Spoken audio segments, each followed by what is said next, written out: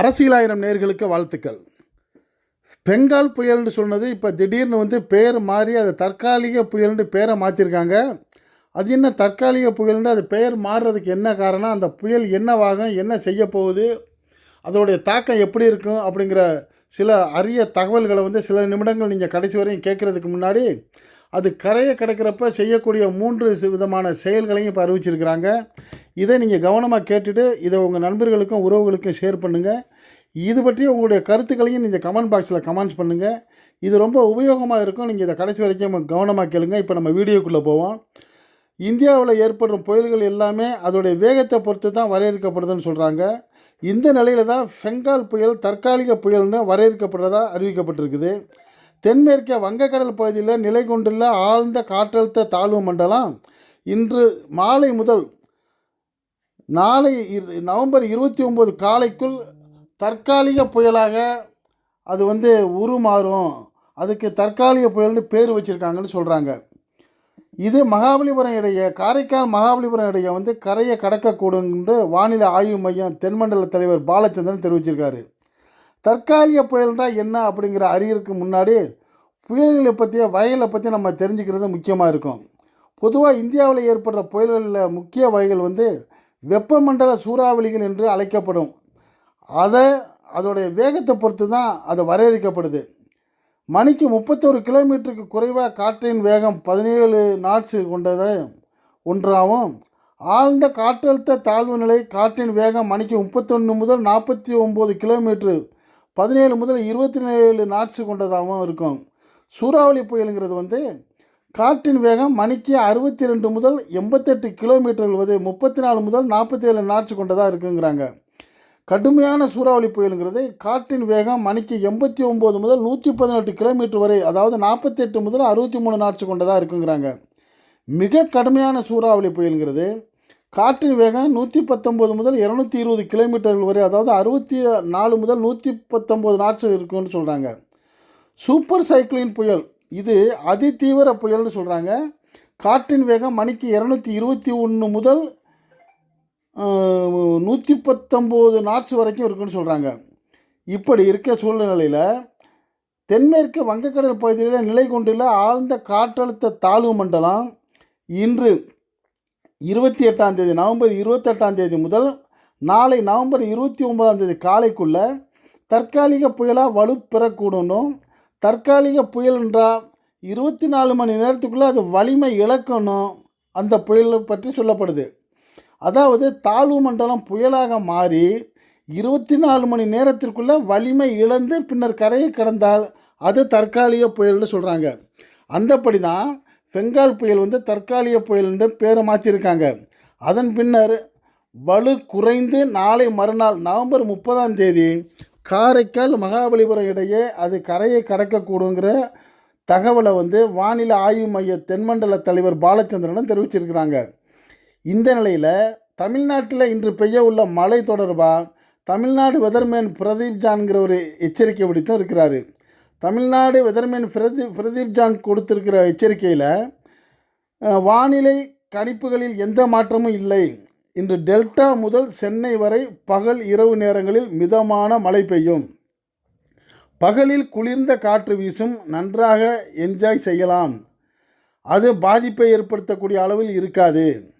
29ஆம் தேதி முதல் தீவிர மழை தொடங்கி 30ஆம் தேதி வரை சென்னை, காஞ்சிபுரம், திருவள்ளூர், செங்கல்பட்டு, புதுச்சேரி, கடலூர் மற்றும் விழுப்புரம் கடலோர பகுதிகளில் கனமழை பெய்யும்.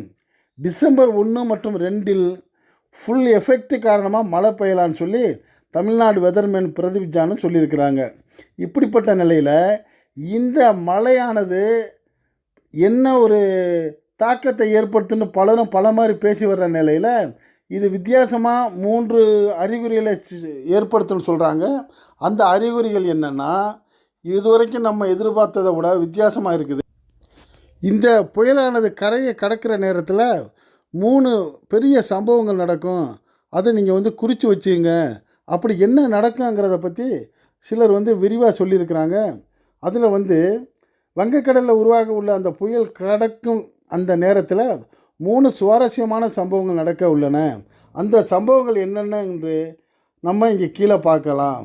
நாளை புயல் 30ஆம் தேதி கரையை கடக்கக்கூடிய சூழ்நிலையில் நடக்கக்கூடிய சம்பவங்கள்: ஒன்று, புயல் கரையை கடக்கும் முன் கடக்கும் பகுதிக்கு அருகே பலத்த காற்று வீசும்.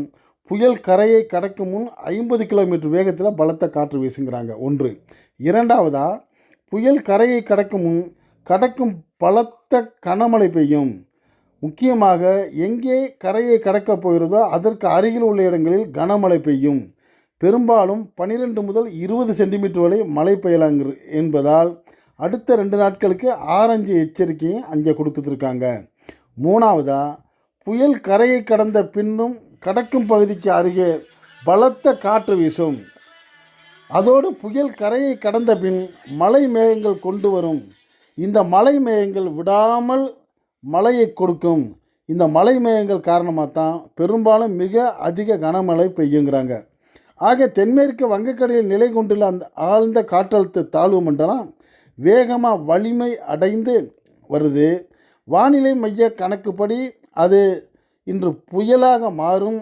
இதற்கு பெங்கால் என பெயர் சூட்டப்படும். இப்பெயரை சவுதி அரேபியா பரிந்துரைக்கிருக்காங்க. இந்த புயல் கரையை கடப்பது தொடர்பான முக்கியமான விவரங்களும் வெளியாகியிருக்குது. இந்த புயல் நிலப்பரப்பில் இருந்து வெகு தொலைவில் இருக்கிறதுனால கடல் பரப்பின் மேல் வெப்பநிலை அதிகம் உள்ளது. இதன் காரணமாக புயல் உருவாவதற்கான, அது வலிமை அடைவதற்கான சாதகமான சூழ்நிலையும் இருக்குது. சென்னையிலிருந்து தென்கிழக்கு திசையில் 800 கிலோமீட்டர் தொலைவிலும் மையம் கொண்டுள்ள ஆழ்ந்த காற்றழுத்த தாழ்வு மண்டலம் மணிக்கு 12 கிலோமீட்டர் வேகத்தில் நகர்ந்து வர்றதா தகவல் சொல்கிறாங்க. ஆழ்ந்த இந்த காற்றழுத்த தாழ்வு மண்டலம். எனவே இந்த புயலானது 29ஆம் தேதி அல்லது 30ஆம் தேதி, அதிகபட்சம் 1ஆம் தேதி வரை அது கரையை கடப்பதற்கான வாய்ப்பு இருக்குதுங்கிற தகவலும், கரையை கடக்கிறப்ப என்னென்ன நடக்குங்கிற தகவலையும் நம்ம சொல்லியிருக்கிறோம்.